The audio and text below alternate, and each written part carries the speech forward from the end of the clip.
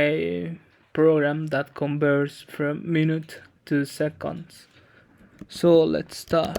Type def minute to seconds.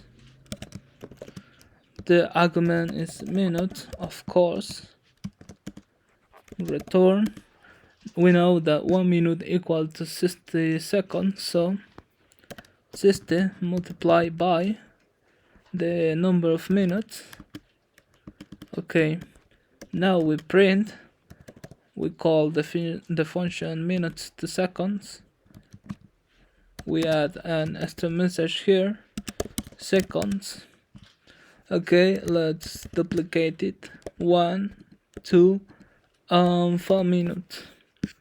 It should be like 60 seconds, 120 seconds, and 300 seconds. Yes, 60 seconds, 120, and 300 seconds.